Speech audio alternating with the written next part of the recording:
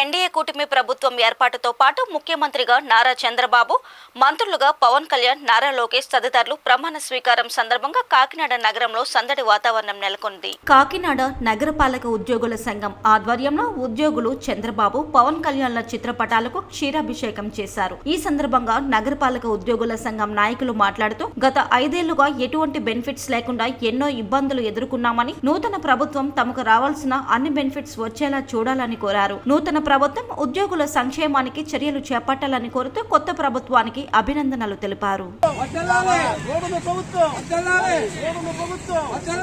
కూటమి ప్రభుత్వం ఏర్పడిన శుభ సందర్భంలో ఈ రోజున చంద్రబాబు నాయుడు గారు, పవన్ కళ్యాణ్ గారు, మోడీ గారు నాయకత్వంలో ఈ రోజున ఆంధ్రప్రదేశ్ మరి కొత్త ప్రభుత్వం ఏర్పడింది.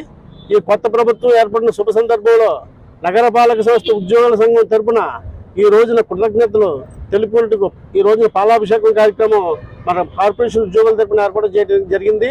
6 నెలలకు 1వ తారీఖు జీతం, 6 నెలలకు ఒకసారి డిఏ, 5 సంవత్సరాలకు ఒకసారి పిఆర్సీ, ఈ 3 తప్పించి మేమేమి ఇతర కోరికలు ఏం కోరం. కానీ గత ప్రభుత్వాలు ఆ కోరికలు కూడా ఎప్పుడు కూడా మాకు తీర్చలేదు.